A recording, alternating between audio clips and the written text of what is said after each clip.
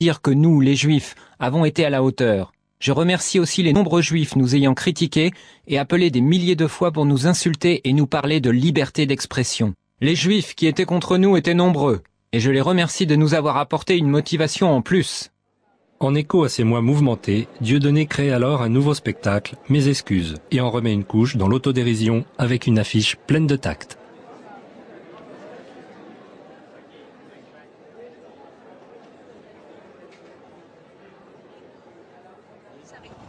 Malgré l'océan séparant le Québec et la France, Dieudonné arrive à Montréal en pleine tourmente. L'affaire Dieudonné s'y est exportée car le Bnei Brit, organisation de la communauté juive, a en effet envoyé une lettre à la direction du festival demandant à ce que l'antisémitisme de Dieudonné ne trouve aucune tribune au Québec.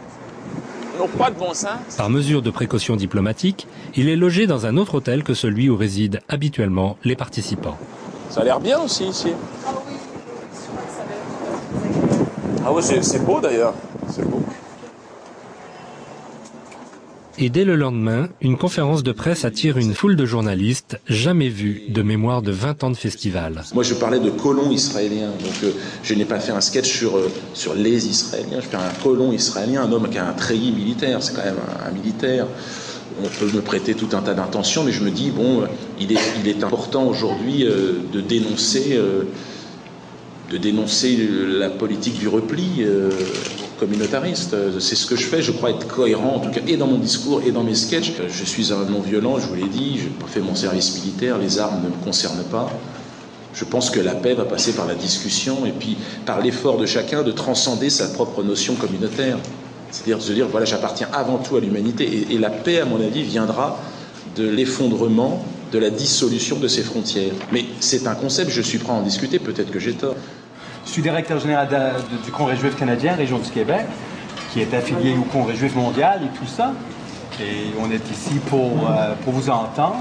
On va être là, soit samedi ou la semaine prochaine, pour voir le spectacle. Et pour nous, il y a deux principes, deux enjeux très importants ici au Québec. Un, c'est évidemment votre droit, M. Roson, d'avoir booké ce show et Dieudonné de le livrer. C'est un principe sacré, la liberté d'expression. Et surtout quand on parle de la domaine de l'humour, il faut que les contraintes soient assez larges. On est une communauté très dévouée à la liberté d'expression, c'est évident. En même temps, il y a des contraintes, il y a des limites à ça, pour assurer à l'humanisme et tout ça, et je ne veux pas faire passer, c'est pourquoi on va venir vous voir avec grand intérêt, de faire une rencontre, ça nous ferait grand plaisir aussi, de voir si de notre lecture, et peut-être la lecture des Québécois, nous tous, ça risque de dépasser les limites. On ignore si oui ou non, c'est pourquoi on va être là pour assister au show, mais on défend avec acharnement évidemment votre droit de faire le spectacle. Y a-t-il des limites en même temps? Oui.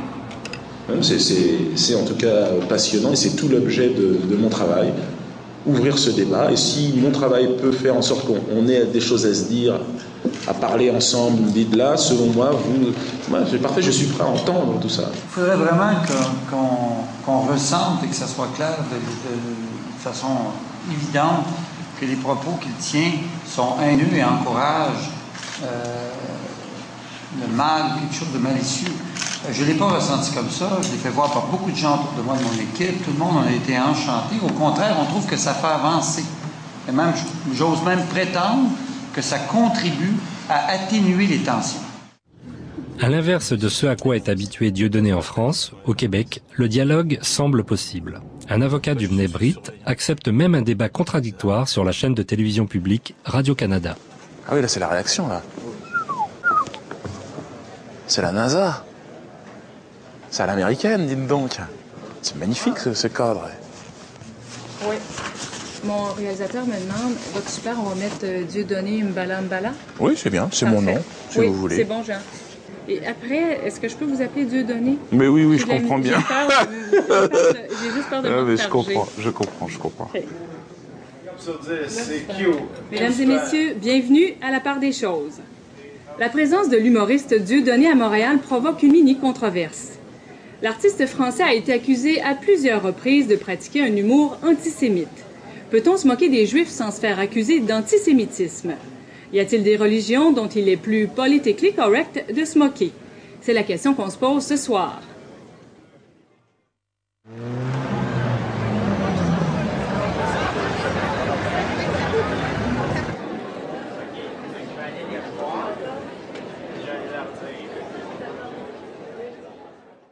Je m'excuse.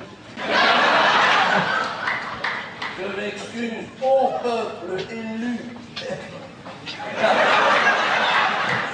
Pardonne à la bête que je suis les offenses proférées, mais je n'ai pas d'âme. Je ne suis qu'une bête. Mes paroles ne sont qu'un grognement instinctif, ça n'a aucun sens. Je me soumets à ta grandeur, ô peuple élu parmi les peuples.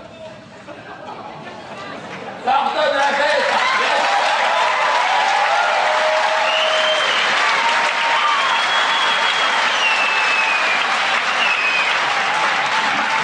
Merci de m'avoir épargné.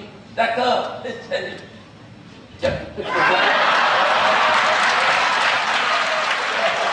Après le spectacle, le verdict tombe.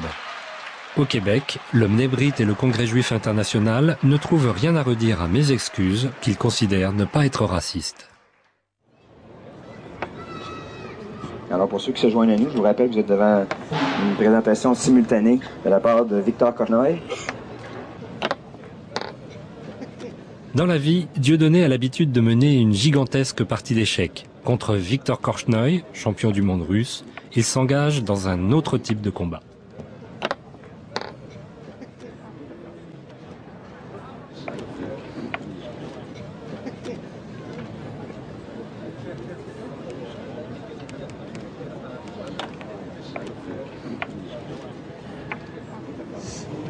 Non, un abandon déjà. Pas grand chose à faire, je crois. Enfin, bon, bah, résistance, c'est de la résistance.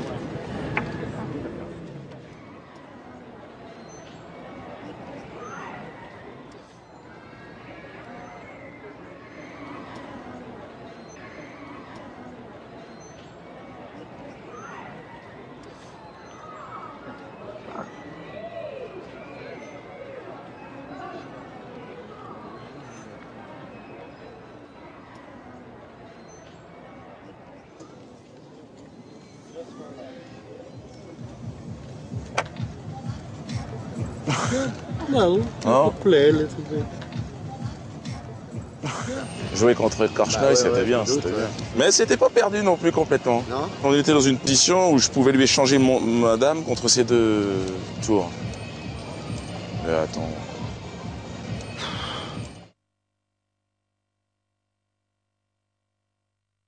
Le rabbin Chaim Korsia, conseiller du grand rabbin de France, avait envisagé d'emmener Dieudonné, parmi une centaine d'autres invités, lors d'un voyage du souvenir à Auschwitz. Devant le tollé provoqué par cette proposition, décision est finalement prise d'annuler la venue de l'humoriste. Moi, je voulais que tu prennes conscience d'abord, et tu l'as senti tout de suite, que ton sketch avait blessé des gens. Au-delà de ce que la justice peut dire. La justice, elle dit, d'après les lois, c'est pas antisémite.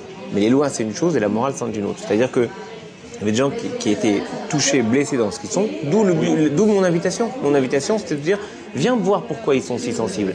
Et je crois que tu as répondu à cela par une autre main tendue. Tu aurais pu considérer que je venais t'agresser, pas du tout. Ou que je venais te faire la leçon, pas du tout. Je suis venu te parler en équité, en égalité. Je n'étais ni un donneur de leçons pour toi, ni un censeur qui venait te dire c'est bien, c'est pas bien ce que tu as fait dans ta vie. Je te dis simplement, tu as une capacité de parole, tu es écouté probablement parce que les gens sentent que tu es sincère dans ce que tu fais.